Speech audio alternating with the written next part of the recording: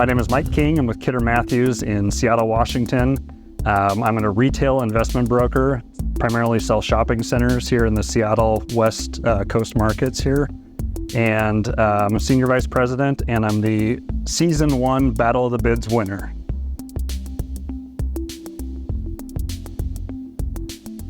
It's a fun job where you get to be involved with so many different clients and so many different properties that no one day is the same.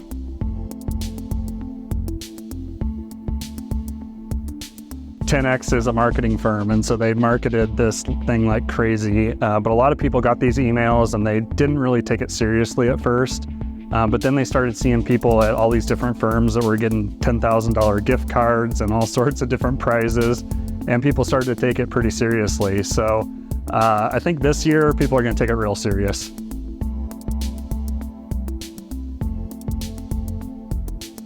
I started to take it seriously when in the very first round I was in the top 10, and I just put a little bit of time into it, and I won right away. And so after that, I started working on it more and more and telling friends about it and telling colleagues, and people started to participate.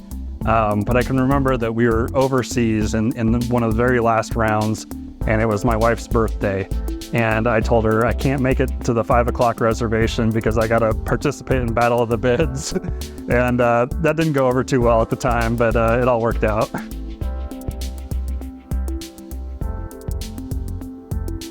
We went to Disneyland in November. I took my brothers, my parents. There was actually 20 of us all together, all my nieces and nephews, and we had a blast.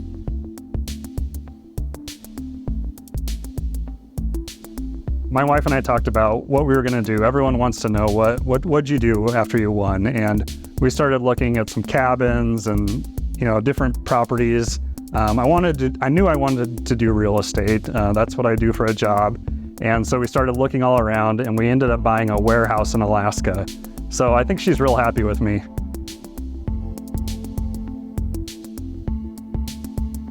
I'm that guy at Kidder Matthews, the guy that won $1 million, and nobody believed it at first, but I guess it's real.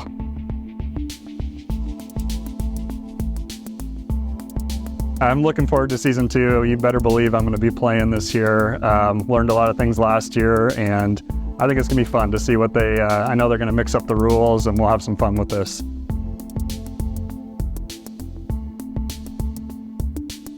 New players that are playing Battle of the Bids, one thing that I learned is stick to what you know. I primarily sell shopping centers, and so I was able to really hone in on the value of properties, retail shopping centers, and some of them I got the exact dollar amount that they would sell for at auction. I can't tell you what a hotel is going to sell for, but I knew what retail shopping centers are going to sell for.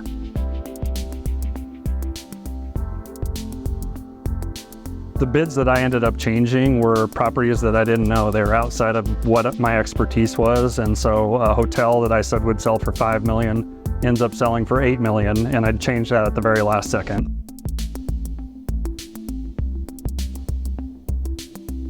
I'm going to win it again, back-to-back championship. I'm going to be the Joey Chestnut of Battle of the Bids.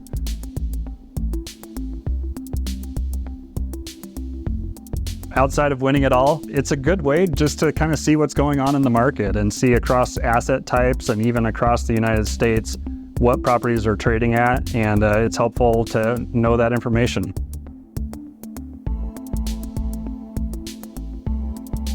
Brokers, it's a great way to see the market as a whole. I was looking at assets over in Florida and New York that I never would have looked at in the past, and so I learned a number of things. I learned about hotels a little bit about office buildings that I usually wouldn't be paying attention to, and so I think that's a good thing for brokers to have.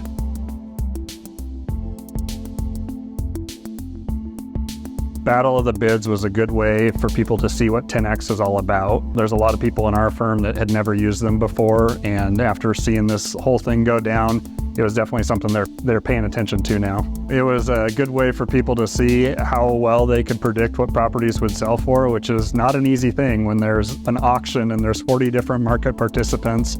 Who knows what this guy's going to do over on the East Coast? And so I think that I learned a lot throughout the whole process, and everyone that participated had a fun time doing it.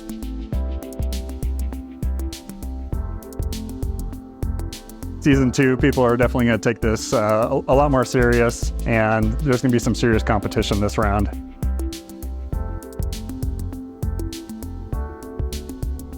If there's one thing I could tell people who are thinking about playing Round 2 Battle of the Bids, it's real. Best of luck to everyone in Season 2 Battle of the Bids.